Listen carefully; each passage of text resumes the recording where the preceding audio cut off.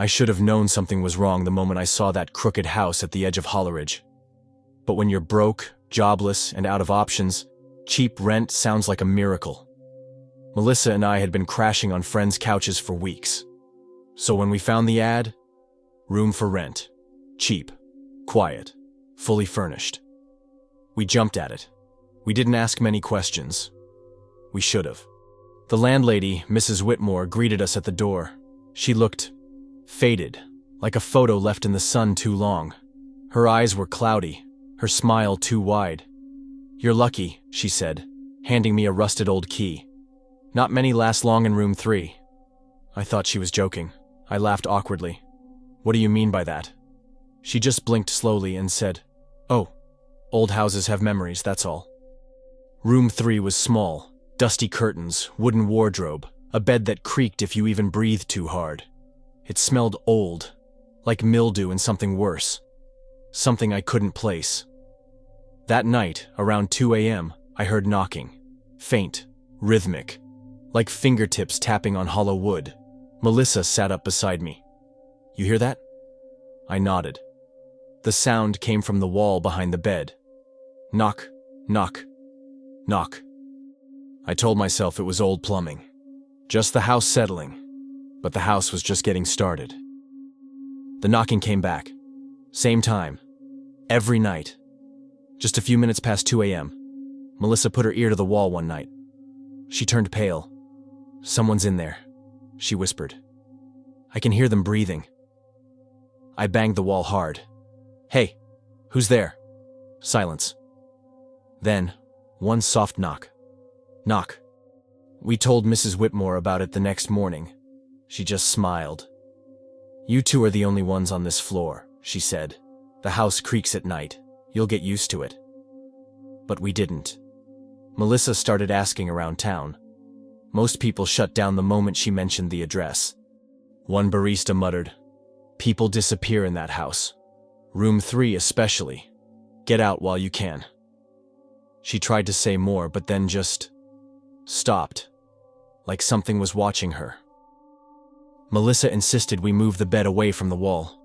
What we found made my skin crawl. Scratches. Long, shallow grooves in the plaster, like fingernails dragged again and again. That night, I drilled a small hole in the wall, just to see what was back there. I looked through, at first, just darkness. Then, an eye stared back at me. I stumbled back so fast I hit the wardrobe. Melissa screamed, but when I looked again, it was gone. We called the cops. One officer came, barely looked around. "Rodents or insulation," he said. "Old houses make noise. Rodents don't stare through holes in the wall." That night, Melissa found a forum thread. Weird rentals, room 3, Holleridge. Dozens of posts. People who'd stayed in that same room, talking about knocking, scratching, whispers in the wardrobe. One comment chilled me. "If you hear knocking, don't respond. It means they haven't gotten out yet." We tried to leave the next morning. Bags packed, keys dropped. But when I opened the front door, there was no outside, just another wall.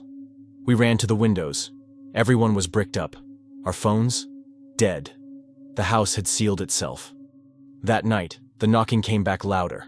Not just from the wall, now from inside the wardrobe too. Melissa opened it. Slowly.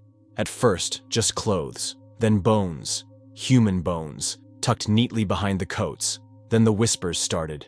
"Stay. Stay. You belong now." I lost it. Grabbed a chair and smashed it into the wall. The plaster crumbled away to reveal a crawl space, no bigger than a coffin. Inside, curled up, was a skeleton. Its fingernails were gone, just bone stubs where they'd scratched at the wall. On the inside of the crawl space, carved in desperation, "Let me out. Let me out. Let me." Melissa backed away. "Jake, the wall. It's closing." I turned around and watched in horror as the wall began rebuilding itself. Seamless, like nothing had ever happened. We tried to run, but the hallway stretched longer with every step. The doors moved. The light bulbs popped one by one behind us. Then, darkness. I don't remember how long we were trapped in that place. Hours, days, time, twisted. At some point, I woke up back in room 3, alone. The bed freshly made. Melissa was gone. I searched the house. Nothing. Not even her suitcase. Like she never existed. The front door was open now. I stepped outside, dazed, heart pounding. Sunlight felt wrong. Too bright. Too quiet. Mrs. Whitmore stood on the porch, nailing a fresh sign into the gate. "Room for rent," it said. She turned to me, smiling. "Room 3 is ready again."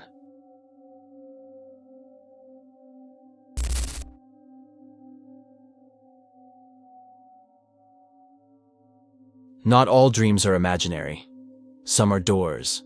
And sometimes, when you fall asleep in the wrong place, you don't wake up alone. My name is Mark Collins. I'm 34, freelance writer, insomniac for the past 7 years.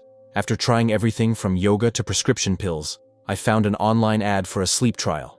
Volunteers needed, deep sleep induction program, generous compensation, no side effects. It sounded shady, but desperation has its own logic. I emailed them, got a reply within minutes. They called themselves Somnotech Labs. A calm voice over the phone explained the process. A 3-night stay at their facility where I'd be given an experimental sleep aid via IV.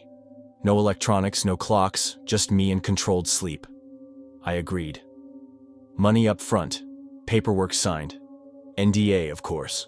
And on Monday night, I checked into the facility. The room was minimal. White walls, a single bed, and a large black mirror on the ceiling. A nurse hooked me to the IV, smiled, and said, "Just relax. You'll drift off in seconds." And I did. But what followed wasn't sleep. I found myself in a room like mine, but decayed, rotting. The mirror above was cracked. The lights buzzed overhead. I stood unsure if I was dreaming or conscious. Then I heard something, shuffling outside the door. A soft tap, tap, tap on the wall. I tried to speak, but my mouth wouldn't move. Then, a face pressed against the mirror above. Pale, wide-eyed, smiling. It whispered, "You brought me back." I shot up, screaming. The nurse burst in, trying to calm me down. "You had a night terror," she said. "Common side effect." But I couldn't shake the face. It wasn't a dream. It felt real. I debated leaving, but curiosity, and the paycheck, kept me there. That second night, I told myself to stay lucid, to remember everything. They gave me the same IV, same smile. This time, I knew I was dreaming. Same decaying room, same air, thick and rotted. But now, the door was open. I stepped out. The hallway was endless, flickering fluorescent lights above, walls pulsing like breathing skin. As I walked, whispers echoed. "He's awake again. He shouldn't be here. Wake him up before it finds him." Suddenly, the floor began to dissolve beneath my feet. Hands, long, gray, clawed, burst from the ground, grabbing my legs. A figure emerged. Tall, bone-thin, no eyes, mouth stitched shut. It pointed at me, then held up a broken clock. Time was running out. I screamed and woke up. Only this time, I woke up with scratches on my legs. Real ones. I confronted the doctor in the morning. "These dreams, what are they doing to me? This isn't normal." He just smiled. "That's why we chose you, Mr. Collins. You're a natural anchor." "Anchor?" I demanded answers. He refused. That night I almost ran. But when I tried to leave, the doors were locked. There was no escape. The nurse didn't speak. She inserted the IV silently. My vision blurred, and I entered the dream one last time. Only now. I didn't wake up in the room. I was outside it, watching myself sleep through the mirror. I tried to move, but I had no body. Then I saw it again. The eyeless figure. But now it looked like me. "Thanks for the body," it said, and it slipped into my sleeping form. I'm still in the dream, trapped, watching, helpless, through the mirror as it uses my body. It talks to people like me, acts like me, but it's not me. I scream, but no one hears. Then yesterday, Yes, time still moves here. I saw something terrifying. Another body in another bed. Someone else entering the same trial. That's when I realized Somnotech isn't testing a drug. They're bridging worlds, letting them in. And we, the insomniacs, the desperate, we're the doors. So, if you see an ad for a sleep trial, don't answer it. If you're sleep deprived, stay that way. Because if you enter that dream, you might not wake up. And if you do, it might not be you.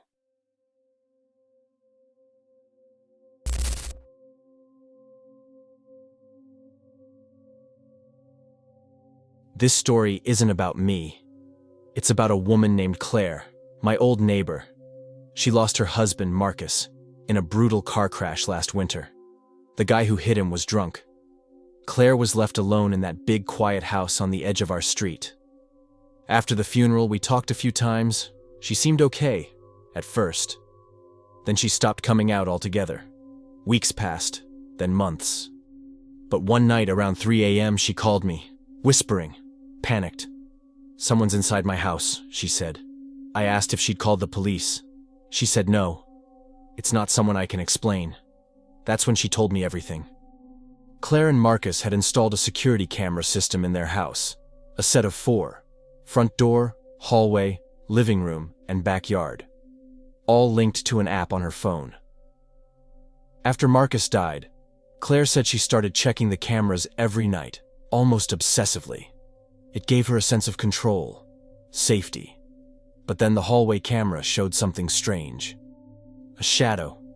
Just a flicker at first, like someone slipping past the door. She thought it was a glitch, until it happened again. This time, it was clearer. Someone was sitting on her couch. At 1 a.m., Claire watched it live, from her bed. When she went downstairs to check, the couch was empty. But she swore. The cushion was still warm. Things escalated quickly after that. One night, while watching the hallway camera, Claire said she saw herself, standing still, in the middle of the hallway, just staring into the camera. The real Claire, the one holding the phone, was in bed at the time. She checked the bedroom feed. There she was, lying in bed. But on the hallway feed, other Claire began to smile and walk toward the bedroom. Right then, the bedroom camera glitched, froze. When the feed came back, Claire was still lying in bed, but her phone was on the floor, and her blanket had been pulled halfway down. She didn't remember falling asleep, didn't remember letting go of the phone. She told me she tried to delete the camera app, tried to reset the system. When she called the company, the support guy told her something that made her blood run cold. "Looks like the camera system is being accessed by 2 devices," he said. "But I only have 1 phone," Claire replied. The tech paused. "Are you sure?" She was. Dead sure. She finally unplugged the cameras, all of them, took out the batteries, locked them in the garage. That night, she breathed easier, until she got a notification. From the app she had deleted, motion detected, living room. She opened it, and there she was again, other Claire, sitting on the couch, smiling. Then, she turned and looked into the camera, and waved. Claire told me she dropped her phone and screamed. But the sound didn't come from the phone. It came from her living room. The police found no sign of forced entry. Nothing was stolen. But one of the officers said something odd before leaving. He held up a phone and asked, "This yours?" Claire looked at the phone in his hand. It was hers. The problem? She was already holding hers, or thought she was. When she looked down, her hand was empty. I haven't seen Claire in over a week. She stopped answering her phone, lights off every night, mail piling up. Yesterday I got curious. I peeked into her front window. The house looked normal. But the living room camera, it was back on, and on her couch was someone who looked just like her, still. Staring straight at the camera. Then the feed, yes, I still have the app, sent me a new alert. Motion detected, behind you. I don't know why I haven't deleted it. Maybe because deep down, I know this isn't over, and maybe next time, the camera won't be watching Claire, it'll be watching me.